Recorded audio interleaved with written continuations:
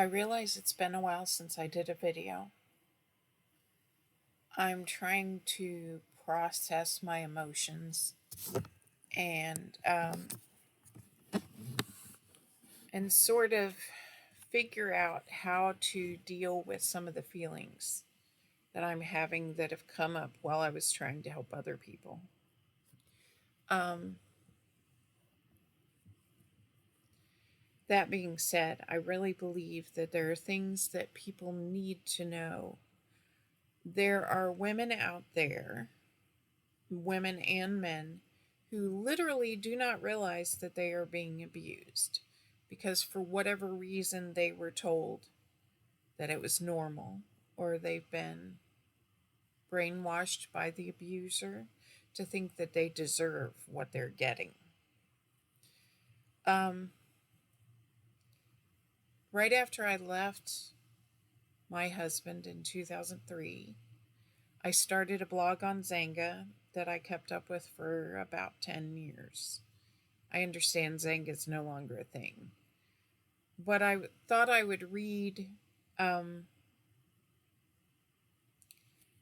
a portion of my blog from back then that really helped me and helped other people.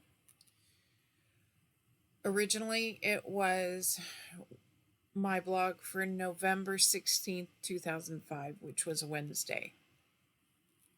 The one thing I learned in counseling after I left my ex husband that seemed impossible to me before was that many women, okay, men and women, don't actually know they are being abused.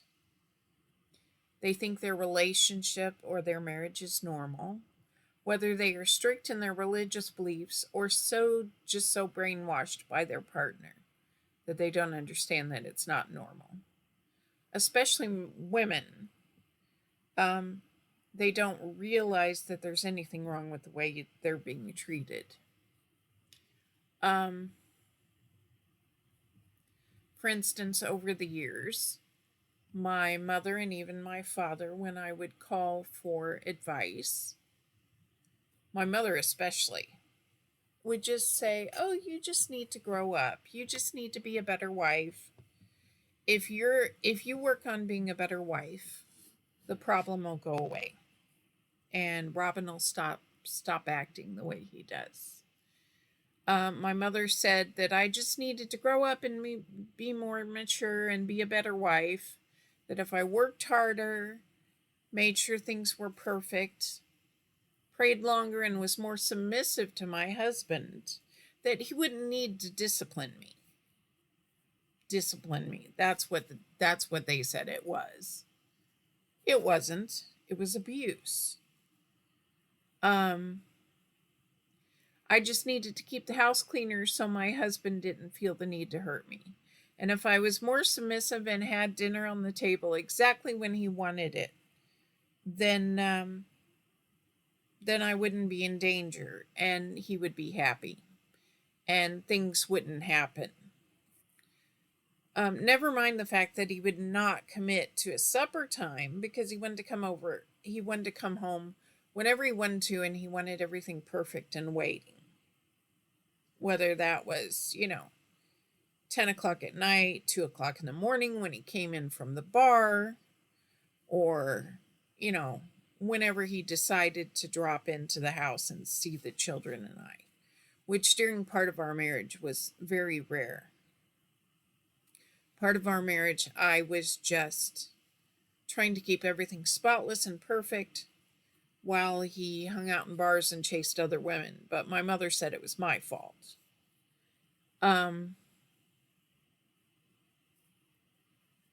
He didn't come home. He didn't give me a time to expect supper, to have supper ready, because he thought that I was just trying to control him, and no woman should be allowed to control him. That's what he said. There is a list here that I have that consists of abuse in any state in the American states, in every state.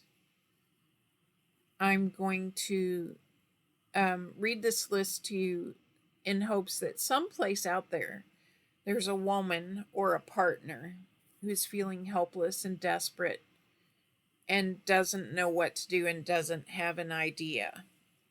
Um, Sometimes women are in danger, or children are in danger, or significant others in the partnership are in danger, and they just don't really see that that's a problem. They believe it when their partner says, "Oh, I'll do better. I'm sorry, it'll never happen again." Um, when something happens and you do not have control of your own life, um, that's a sign that there is abuse going on. If you're now not allowed to control things in your own life, that's abuse. And you don't deserve that. No matter what, you don't deserve it. If some of these things apply to your life, whether you're a child or an adult, ask someone for help or call one of the numbers that I will give you. You deserve to be loved and cherished, to have someone care about you, treat you well, be comforting to you, and you deserve to feel supported and safe. Wherever you are, if you need help, either just text STOP to connect with live advocates who can help you with domestic violence issues, or call 1-800-799-SAFE. That's 1-800-799-7233. If you are the subject of behaviors listed below that I'm going to explain on more than one occasion in a relationship, then you are a victim of domestic violence. Abusive acts include slapping, shaking, punching, beating, biting, pulling hair, pushing, pinching, punching, stabbing, tickling excessively even when you ask them to stop, throwing objects, driving recklessly, denying food or water or anything that is comfort, sexual names to put you down, forcing unwanted sex acts on you.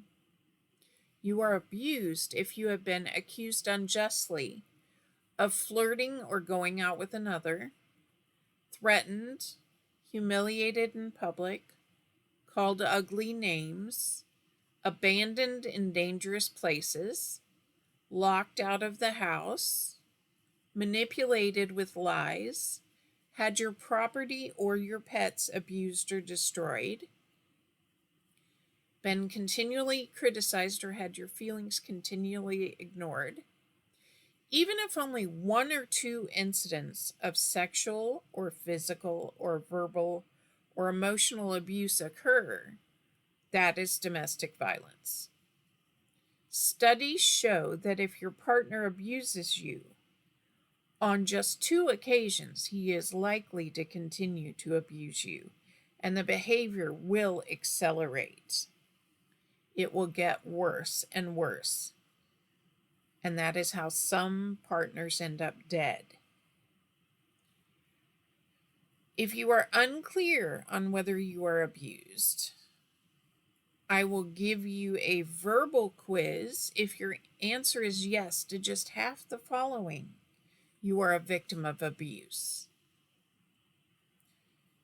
If you are afraid of your partner, if you cannot express your feelings or opinions without being afraid of what you will hear or experience, if you have to ask permission from your partner to see your family or friends, If you have to ask permission to spend money or buy something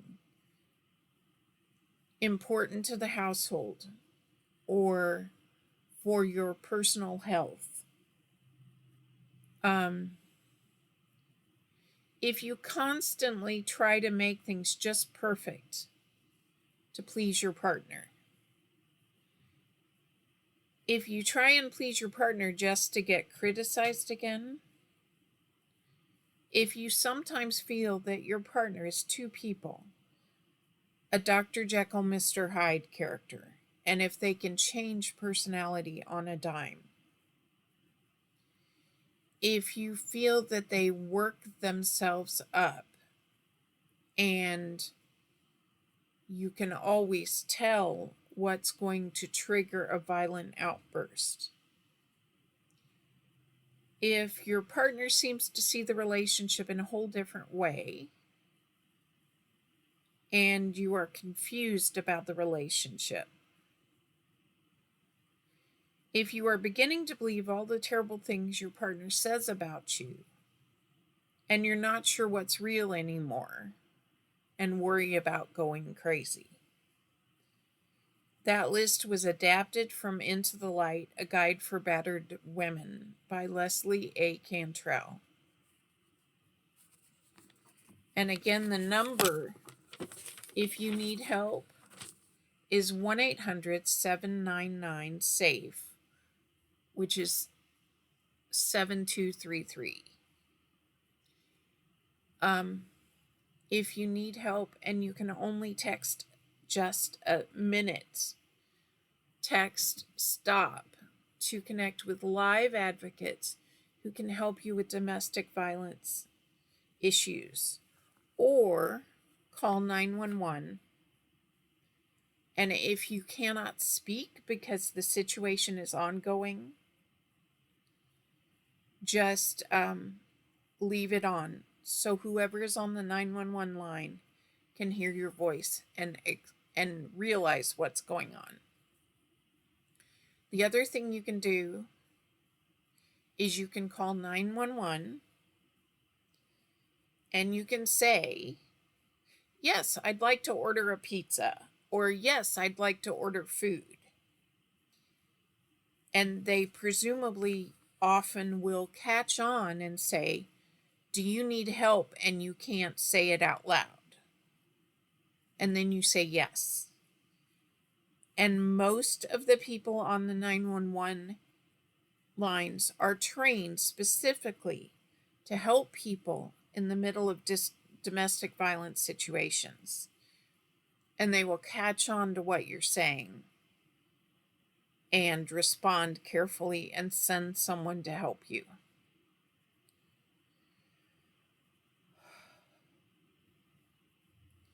God bless.